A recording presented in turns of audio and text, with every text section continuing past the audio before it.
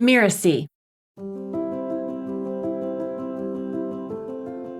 Reparent yourself, retrain yourself, and in the process go from, oh my God, I have to do this horrible financial chore because now I'm a business owner, to, oh, it's just something I do.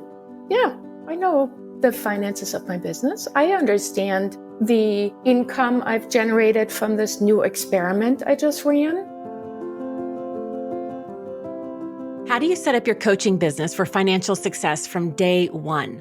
That's the question I'm exploring today because many coaching startups risk failing when they're barely out of the gate. I'm Melinda Cohen, and you're listening to Just Between Coaches. I run a business called The Coaches Console, and we're proud to have helped more than 70,000 coaches create profitable and thriving businesses. This is a podcast where we answer burning questions that newer coaches would love to ask a more experienced coach. As a newer coach, it's easy to feel overwhelmed to get your business in order or what type of profit you should shoot for. But strategic planning becomes so much easier if we are courageous enough to look at our numbers. My guest today says we need to hang out with our numbers. Otherwise, you cannot run a business. I've invited Anja Sassenberg-DeGeorgia to the show today.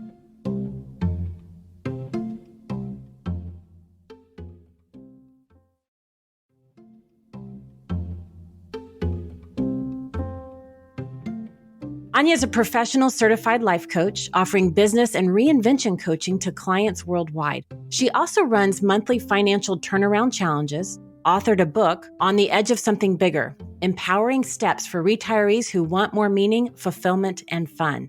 And she's developed a financial card deck that offers a habit approach to change a limiting mindset around money. Welcome, Anja. Thank you for having me, Melinda. It's a joy to be here with you today. Anja, I am so excited to have this conversation. I know we're going to have a lot of fun with this. But before we do that, would you just mind sharing a little bit of your background?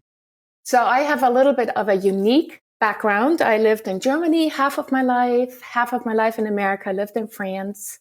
My education is in art history and classical archaeology. And then I shifted gears towards focusing on the language of money, became a stockbroker, financial planner. And now I'm a wildly passionate business coach and love to introduce myself as a reinvention coach.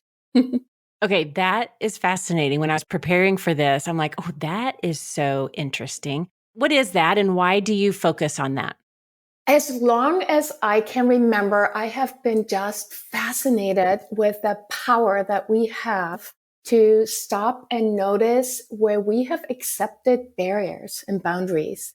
And we are able to connect to the big picture and then redesign forward into something completely new and fresh and exciting and more meaningful than ever. I just love that. So that is part of my focus. I want to show my clients that it's possible to powerfully reinvent themselves at any time in life and create something that's more amazing than they could have even imagined. Now, in our podcast, we speak to newer coaches typically. Not all of our listeners are newer. And I know that they can really resonate with what you just shared. I know I do, like the privilege and the honor it is to have that front row seat of that reinvention, that transformation, and whatever the topics are.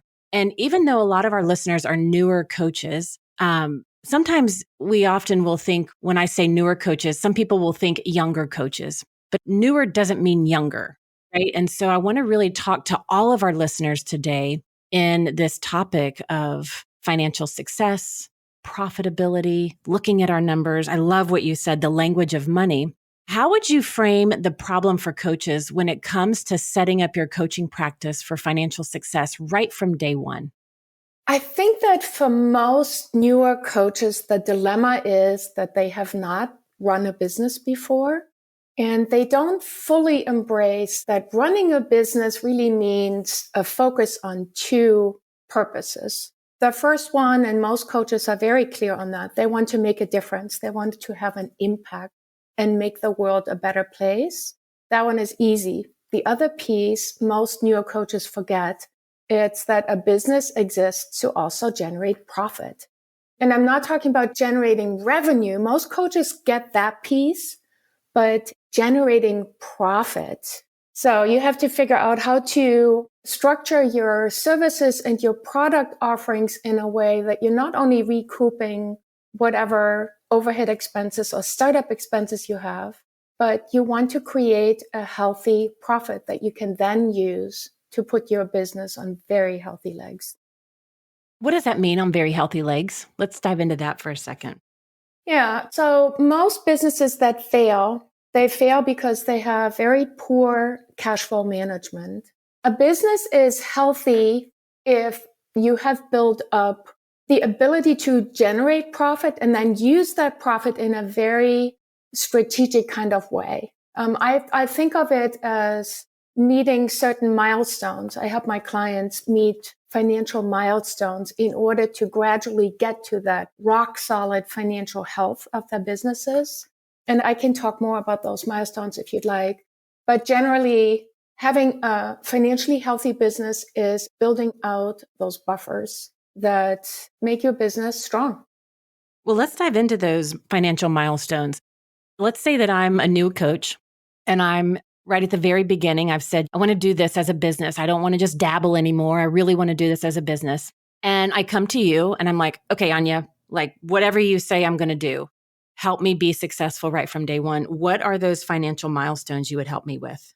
I mean, the very first thing I do with clients is to stop commingling personal and business money. So just from a very practical point of view, setting up different accounts, separating those two universes, personal and business finances. And then absolutely you have to set up a bookkeeping system. Learn QuickBooks, Wave, one of them. There are lots of them out there. I happen to love QuickBooks. I require my clients to have an onboarding process to learn QuickBooks. So the very first milestones I help my clients design for is to what I call get back to zero. In order to get to zero, you need to be really clear on the liabilities that you've taken on as your startup expenses, your coach training, your ICF membership, your Zoom subscription. So getting to zero is a major and exciting milestone. Then after that, you use your profits that you're generating to build up buffers. And I help my clients set up different accounts. So you want to save up 6 to 12 months of your tax liability for next April. You want to build up 6 to 12 months of your operating expenses. And then you move on to the next milestone, which is setting yourself up for monthly salary draws. Very exciting time to reach in your coaching business. Yes, it is. Oh, it's so amazing. Yeah. So once you have automated those and created a system for your business that you can take those monthly salary draws, the next even more exciting step would be to have monthly investments into your self-employed 401k or into your SEP IRA. Because really, you're running your business. The hope and dream for all new business owners is that you generate enough profits that you can not only live well right now, but that you can also care deeply for your future self by saving and investing for that future you that's going to need resources to live well and with dignity. Would you say that after that milestone where now you're automating not only the monthly salary draws, but the next milestone as well, those monthly investments, you've got a certain amount going into a 401k or an IRA or some tax advantage type of situation. Is the next to reinvest in your business, or is it about giving back and contributing to maybe charities or other organizations? When does that start happening? That's a very personal decision. You're right. It's the reinvestment piece and the giving back that you could outline as a fifth milestone. And again, it's a very personal choice. I see a lot of coaches, like you said at the very beginning, that's one of our purposes. Across the board, I hear it from everybody. I want to make a difference. I want to make an impact. I want to impact the lives of people around me. And so that enthusiasm and that passion will have them jump to the give back piece so fast that it actually causes harm because the other milestones are not in a healthy place. Can you speak to that a little bit? Yeah, it's fascinating. I actually help my clients implement the profit first methodology, which really fits quite well with what you're raising here. this desire to give back from a place of abundance. I don't know if you're familiar with Mike Michalowicz's methodology, where you actually set up different accounts that have very specific purposes. And one of the accounts that he suggests small business owners set up is a vault account, which is for future upgrades for your business. And then he sets up a separate, it's literally a different bank account that's called profits. And he makes it mandatory that you take quarterly profit distributions. And those, for me, they go into donations, charitable donations. I mean, running our business as a coach, it is such a fulfilling, rewarding experience where we really can express all parts of us, that piece where we can use our gifts and talents to help trigger transformation for our clients and also sustain ourselves and give back to the community. It's just, I sometimes pinch myself, Melinda, that this is what I get to do as a full-time business owner myself. It is an incredible place when we can get our businesses to this point. And yet so many newer coaches in their first, it might be in their first 1 to 2 years, or maybe even first 4 to 5 years, where they're really struggling to forget about profit for a second. They're struggling to create revenue. If somebody comes to you that's been struggling, how do you help turn them around to get off that struggle bus?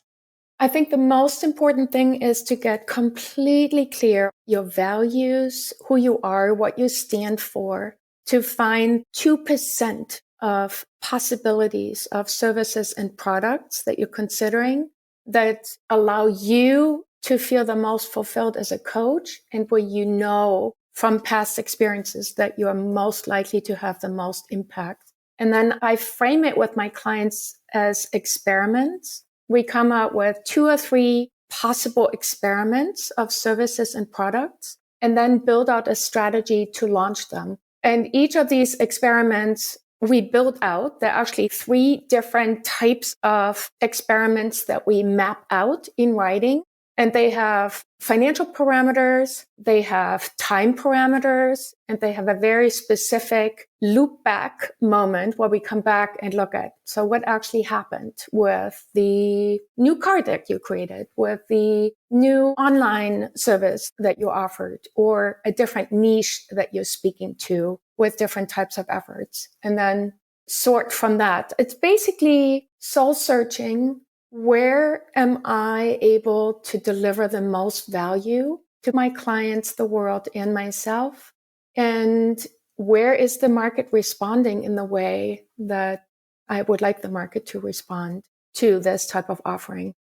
And that's really important. That intersection right there, I feel a lot of coaches overlook it. They will get so focused on, what do I want to do? Who do I want to help? What's the work I want to do? And it's very I-centered focus on creating packages, programs, services, offers, whatever it is. And then they'll roll it out. And a lot of times it's like, wow, they didn't sign up. And then they start seeing themselves as a failure, when a lot of times they didn't just pay attention to that second piece. What does the market want? What are people investing in? And where can those 2 paths intersect? Your passion with their needs and wants. That right there is the sweet spot. And I love what you described them as experiments. I call it research. And it's a mistake that I see a lot of newer coaches making. Instead of having that strategic experiment, I love that word, to roll it out and then looping back and saying, okay, what do we notice? Because it's in that gathering of that intel that there is so much information that lets us make the next decisions and the next decisions, and tweak and modify and optimize and adjust accordingly, so that we can find that intersection. How do you help people navigate those times when they do an experiment and it didn't go very well? I mean, basically, when you play with life, when you play with ideas and creative offerings, the most important thing is to not get attached to these experiments and to just have a sense of playfulness. Our life and our work as entrepreneurs is deeply creative. We're basically playing with ideas.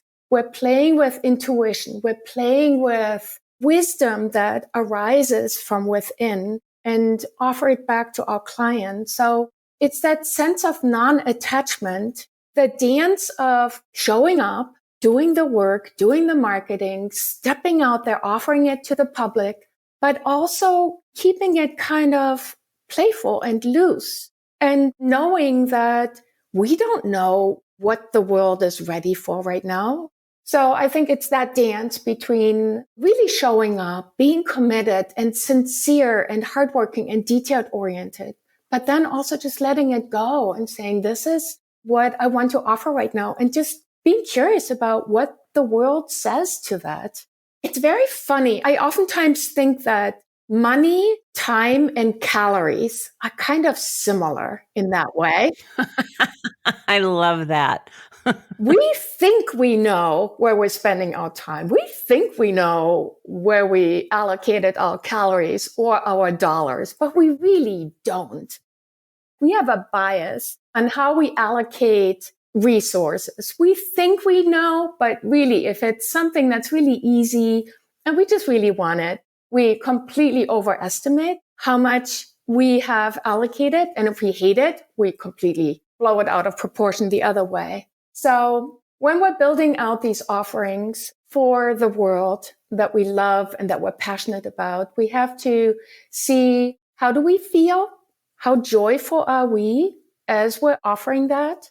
And we need to see what our numbers are saying. Are people signing up? I mean, I've had 2 events where I was actually there. I had my PowerPoint slide. The room was set up. I had my handouts and nobody showed up. But in the end, it's just information. It's us offering something and seeing what the world does. And then taking that information to curiously and lovingly and wisely into the next thing that we're going to do. It's always just the next thing. And for most people, we get smarter as we go and we become more astute in responding to what we learned from the last experiment. And it just gets easier and more effortless. I love that word that you used, playful. Mm. Now, why is it so hard for coaches to track their numbers? Like, what gets in the way? I think most people are just intimidated by money. They're intimidated by business finances. And we all have a lot of baggage around money. Many messages that we received around money when we were little resurface when we're running our businesses. So it's a fear of contact. But the good news is that if you do hang out with your money and nurture that relationship with your financial self, that it can become very easy and very comfortable. You can really befriend your money in a way that you might not even be able to imagine right now. Now, you have your clients look at 5 areas of money. Will you share what those 5 areas are? Yeah, sure. So there are 5 different ways that we express ourselves with money. And they are how we earn money, how we spend money, how we save money, how we give money, and how we invest money. And each of those, it's very interesting. Each of those have very unique ways of expressing yourself. So what I usually do with my clients is that I have them look at all of these different areas and write down their strengths. What are you already doing really well in these different areas? And then I give them another space around that. It's a written exercise and have them brainstorm opportunities to grow when they write down what will be just amazing when it comes to giving, earning, investing, and take that as singular focus just for the next couple of weeks. And let's put the other things in the parking lot because they have a lot of energy. There's excitement, there's hope, and they really work well to give people direction of what they could grow into financially in terms of that, not just on the external financial side, but who they are as beings in relationship to money. I want to go back to something that you said, because when I asked the question, you talk about having your clients look at 5 areas of money. You said that these are different ways that we can express ourselves through money. And that, I think that may be my biggest takeaway nugget from our conversation here today.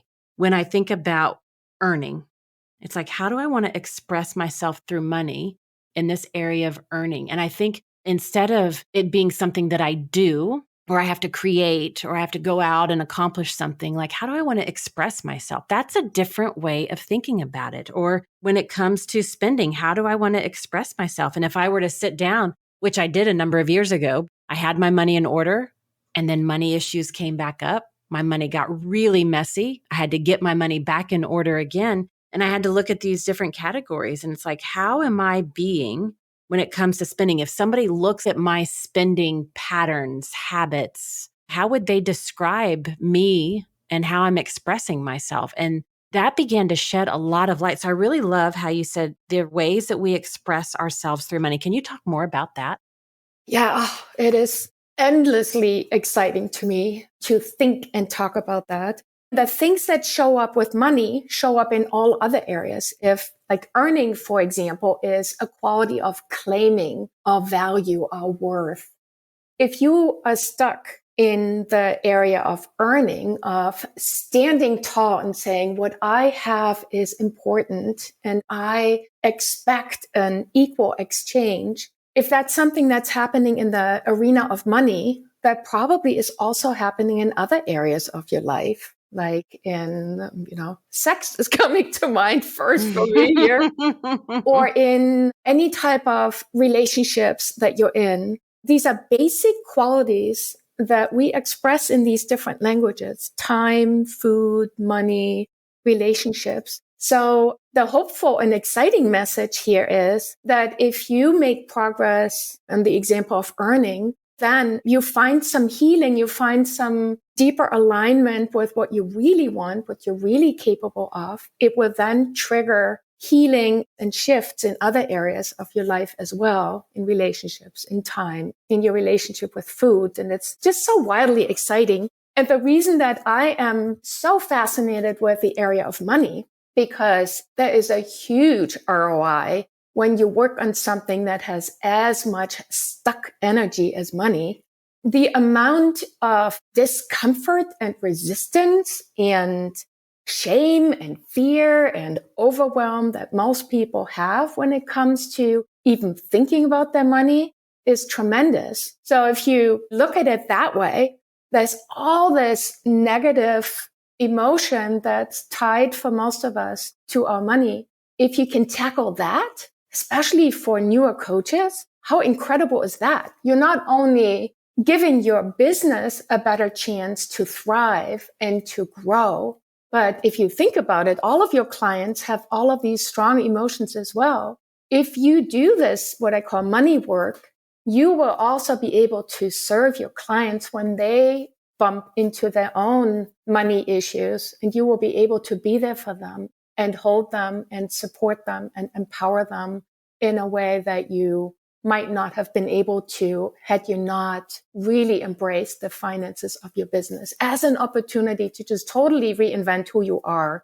around money. It's just so exciting, Melinda. It is so exciting. It's really the playground for us to become our best selves. Yes, we're going to make an impact. Yes, we're going to help others along the way. Yes, we're going to use our gifts and skills and talents to create a better world.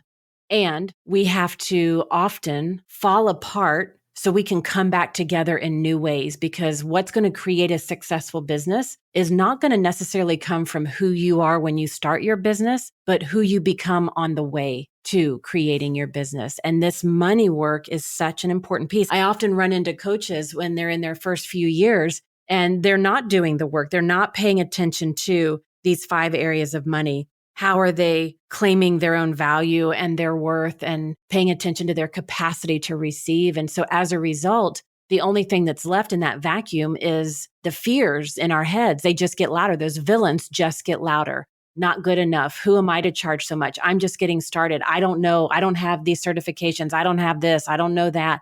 And it just spins out of control because we don't spend the time on these topics that you've been talking about. But when we can look at these things, we can stop those fear-based patterns that drive our prices down, that has a new coach charging $25 a session because they don't think they can charge anymore because they're brand new, which is quite honestly a bogus fear-based thought to think, and it doesn't have to be that way.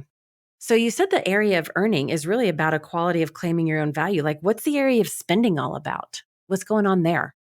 Well, for me, earning, That claiming piece is more my value as a human being, my purpose, my life purpose of stepping out and saying, this is what I was born to do. The spending to me has more a quality of, I want this avocado right now and I want to eat it and I deserve it.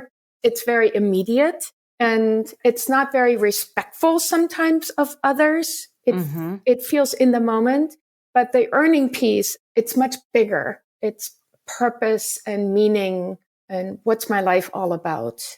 Another thing that came up for me in this whole idea of approaching a business that is growing in a playful, experimental kind of way, the feelings that we have, the stuckness that we have around our financial experience, our financial selves is very real. Feeling terror over looking at our profit and loss statement or completely avoiding looking up how much money we've made so far year to date. That experience is completely real and I think is very important to be honored. On the flip side, I think it is so helpful and gentle and sustainable to not only look at that personal experience, that emotional experience honestly, but then to approach it in very, very small bites. And I do that by creating a small financial habit that takes place early in the morning. That's why I came out with this card deck medium. It's like very playful. It's not a book. You just pick a card and you just spend 5 minutes on your mindset, 5 minutes on action steps. No big deal. You sit with it, take that mindset piece, you kind of try it on, let it germinate inside of you. And then you take just 5 minutes. You just log into QuickBooks. You just categorize whatever transactions have cleared in the last 24 hours. You do the same thing on the personal side. Yeah, not a big deal. Do it in the morning. Reward yourself with a celebration afterwards. Tap yourself on the shoulder. Have a cup of coffee. And just break down this big monster that is completely real for most people, that it's overwhelming, terror, shame, and discomfort inducing. And just turn it around into something really small that you do every day. Every day is easiest. And just reparent yourself, retrain yourself. And in the process, go from, oh my God, I have to do this horrible financial chore because now I'm a business owner, to, oh, it's just something I do. Yeah, I know the finances of my business. I understand the income I've generated from this new experiment I just ran. Oh, I saw this other experiment that totally didn't result in anything that I thought it would. Look at that. Interesting. Yeah, I'm just kind of in touch with all of those pieces of my business. And I'm allowing those numbers and that data and these gentle habits to evolve forward and become better and better at this game of being an entrepreneur and growing as an individual, growing in what I'm handing to the world in terms of services and products, and just having fun and being fulfilled and creating a win-win all around. I love that. I love that morning ritual. I love the simplicity of it, but the profound impact that it has. And I love how you really took us inside what to do, how to do it, what it's like. I can imagine the ripple effect from there.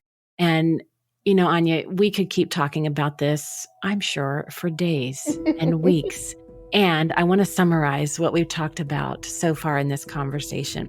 You took us inside, and I love this phrase, the language of money. And you talked about some of the dilemmas that prevent us from being financially successful from day one. You talked about how we don't focus on both purposes. We often just focus on the purpose that comes so naturally. I want to make a difference, want to make an impact. But we also must focus on the purpose that business exists to generate a profit. That's how it's supposed to work. And you took us inside the idea about generating a profit and using that profit in a strategic way. But in order to do that, you can't just jump there. You broke it down into meeting financial milestones to create a financially healthy business and how to really focus on them one at a time so that we can build up to it and not get overwhelmed. We talk about that, the methodology of profit first, which I love, and talked about how you set up different accounts to help you really be intentional about how you use and leverage your money and organize your money. We talked about some of the ways that we need to be playful with our money when things don't go like expected, or we have those experiments, like you called it, where we're rolling out different offers or programs or services that we want to make available, and to experiment with it. Look at the financial parameters, look at the time parameters, look at the impact, get the feedback, and then loop back and really understand where we can adjust. And you talked a lot about the non-attachment to all of that, and how a lot of times we get attached to what it's supposed to look like or what we think it should look like. And that's just one option of among so many. But when we're not attached, we can be playful, have that sense of playfulness. And then you took us, probably my favorite part of the conversation, but you took us into the 5 areas of money where we can express ourselves through money. I loved that. And I loved how we went in deep on that. And then how you shared the ritual, just a way to honor the emotional experience that we're having and when it comes to our business and our money, and to approach it in small bits, small financial bits, and that morning ritual that just makes it simple to turn it around, because it can be, if we want it to be, if we choose it to be. Anja, do you have any other parting words that you want to share with our listeners? It's probably learning to be financially empowered does not have to be hard. We make it this villain, but really money is a magical, interesting energy that can open us to a level of self-awareness and personal power and freedom that is astounding. So I wish your listeners to discover that for themselves and take their businesses to wherever they can dream them to be and get there in a way that is fun. Mm-hmm. Thank you for listening to this episode of Just Between Coaches. And also a big thank you to Anja for this amazing conversation. You can find out more about her at forwardlifecoaching.com. That's forwardlifecoaching.com. And in the show notes for this episode, you'll find a link to a resource document with more information about her work. Anja, thank you so much for coming to the show. Thank you for having me, Melinda. It's been great fun. I'm Melinda Cohen, and you've been listening to Just Between Coaches. Just Between Coaches is part of the Mirasee FM podcast network, which also includes such shows as Self-Awakened Lifestyle and Making It. Cynthia Lamb produced this episode. I wrote this episode with Mishi Lance. She assembled the episode. Danny Eni is our executive producer, and post-production was by Post Office Sound. If you want to listen to upcoming great episodes on Just Between Coaches, please follow us on Spotify, Apple Podcasts, or wherever you're listening right now. And if you like the show, please leave us a starred review. It's the best way to help us get these ideas to more people.